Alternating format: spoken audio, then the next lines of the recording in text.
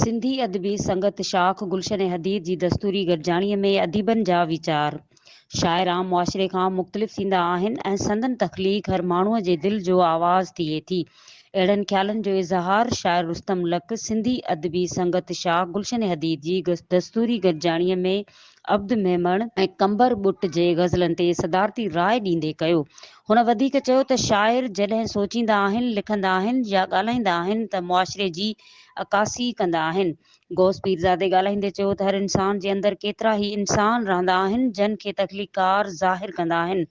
हुन मौक़े ते कंबर बुट चयो त शाइर जॾहिं का तख़लीक़ कंदो आहे त हू मुआशरे जी अकासी करे रहियो हूंदो आहे।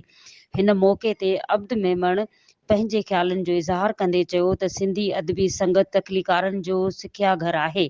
जॾहिं त जावेद अली जोखियो पंहिंजे ख़्यालनि जो इज़हार पिणु कयो।